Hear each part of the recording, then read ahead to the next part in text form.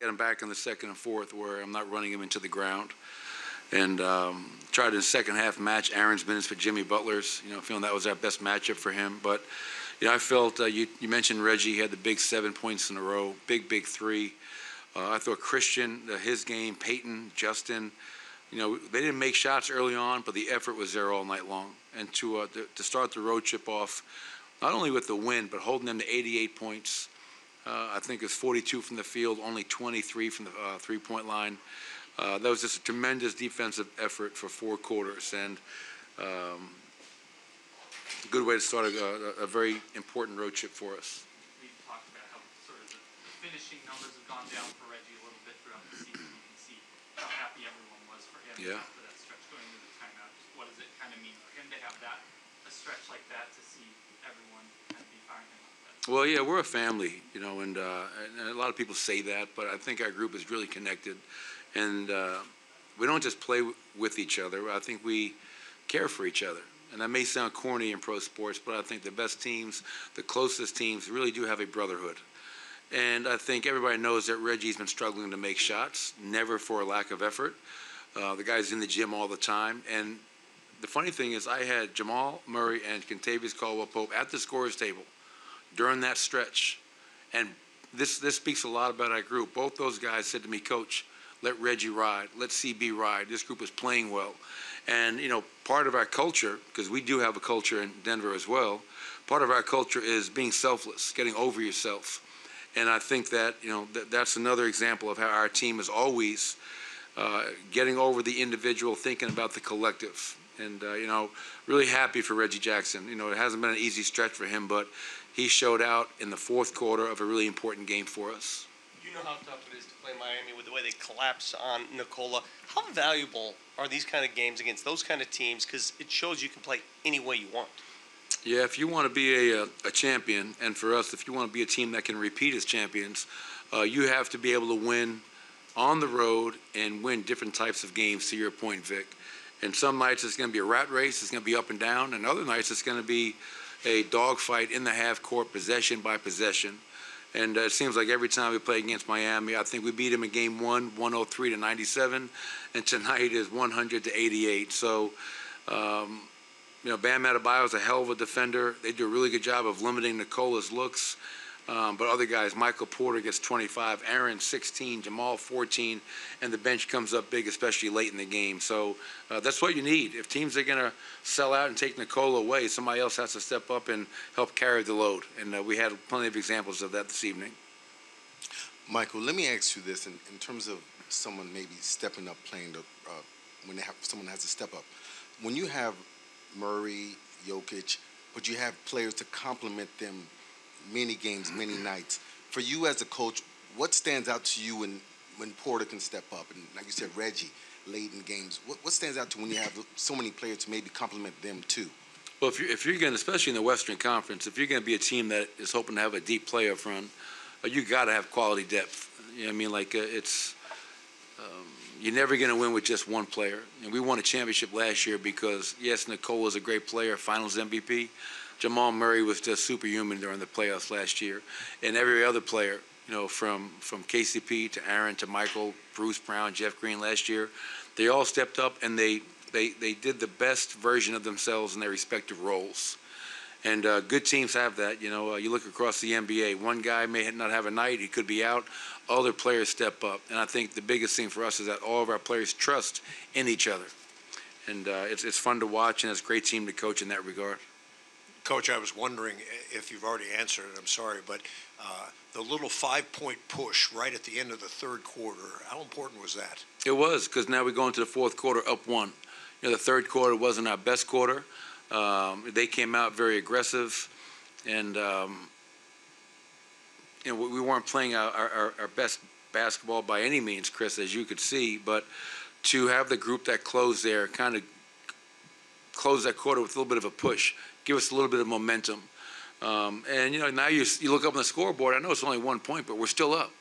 And to say, you know what, we just played probably one of our worst quarter of the game. We're still up by 1 point on the road against a very good team. let's get off to a good start in the fourth quarter. So I agree. I think how you close quarters is really important, and it gave us some momentum going into the final stanza. Coach, it was a pretty back-and-forth game there, and then you guys managed to outscore them by 11 in the fourth quarter. What do you think was the biggest difference as to, how you guys were able to do that? I think will always start with our defense. I mean, to hold them to 17 points in the fourth quarter on 33% from the field. Something we always talk about is that your fourth quarter has got to be your best quarter. It's closing time. And last year we were third in clutch defense. This year we're first in clutch defense. So when the game is hanging in the balance, we have great confidence that we can get timely stops, timely rebounds, and to keep teams at bay. They kept on coming at us, but with the group we had out there, Reggie, CB, I think Michael, Aaron, and Nicola, they just did a great job of executing, working the clock, making big baskets, and then getting the really important stop on the other end, where I didn't even have to get Jamal back in until very late and get KCP back in at all. So it just speaks to us understanding what time it is in the game, and you're only going to be able to win the game if your defense steps up to an even higher level. Good coach. You see the microphone? Good coaches are like father figures to players. What did it mean for you? The bench had 6 points, I think, at halftime. They had a 5-minute stretch where I think they're 8 of 10. They go for 18 points. And it's guys that have had some confidence issues. Reggie, CB, Peyton. What is that? How does that make you feel kind of as that father figure, if you will, not just a coach of those guys? Well, yeah, I mean, you love each of the 18 players. I mean, I do. And when you look at what Reggie's gone through as of late, I know that he is a better player than he's played as of late. And for him to stick with it, and I just gave him a hug and said, I was so proud of you. And he said, well, Coach, thank you for sticking with me. Well, that's what it is. Even in the first half, I think Peyton Watson, he was 0 for 3, his first 3 shots. So the next time out, going into the second quarter, I just tap him on the leg. Hey, great look right there in the corner. Keep shooting the ball. Stay aggressive. I don't want guys. My father taught me a long time ago, one of the greatest lessons for me that he ever gave was the greatest gift I can give any of my players is confidence. So if they go 0 for 3 and they look over and I'm like, make a shot, come on, that's not going to help them. But if I encourage them and stay with them and they know it's genuine, then they have a chance to go out there and play to the best of their ability. So, yeah, I got 18 boys and 2 daughters. Sorry, Scott, because you mentioned it pregame, sort of like even going back to the film session last year in the finals, how you sort of threw it to the players and let them evaluate themselves on those clips. What is sort of your general approach to film sessions? Do you is it generally a little bit more you speaking to them, or what is kind of the standard for those for you, I guess? Yeah, I mean, it's there'll be a lot of times where myself or David Adelman or Ryan Saunders will present film to our group, and it'll be one of us kind of leading the session. But I like interactive film sessions. I don't believe in just watching a film session and having me speak the whole time.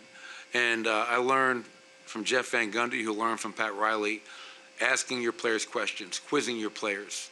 What does that show you? One, it keeps them on their toes. Are they paying attention? Do they know what they should know? And 2, it shows me this. Have I done my job? If they don't know the answers, I failed as a coach. So quizzing guys and having interactive film sessions has always been beneficial for us. And then sometimes, our players have to take ownership. This is their team. And one great way of taking ownership is, speaking up in a film session. And I'll ask somebody to tell me about this clip. They're not even in the game. But I want you to tell me what's wrong or what's right with this clip, because we're just trying to get our guys to communicate on the court. You also got to get them to talk to each other off the court. Coach, I know you said that health is the number one priority going down the stretch and into the playoffs, but how nice is it to ascend to sole possession of first place in the West tonight? Yeah, it's great. It's I hope people understand when I say health is paramount, I have never once said we don't want the number 1 seed. And we will surely take it. It was great to us last year. And that allowed us to have home court advantage the entirety of the playoffs, which helped us win the first championship in Nuggets history. So the fact that, with 16 games to go, we currently sit at 1 in the West is great. But at the same time, we know we have plenty of work to do, and the margin of error in the Western Conference between us and OKC and Minnesota and the Clippers and New Orleans, who's playing lights out right now, you have a little bit of a dip, and you look around, and next thing you know, you're not in first place. So it is nice. We'll take it. We have a lot of work in front of us, Chris, but really the health, like for Jamal to only play 31 minutes tonight, that's great. For KCP to only play 24 minutes tonight, that is great. Somehow, some way, I got to get Nicola's minutes down. That's probably not going to happen until the season's over.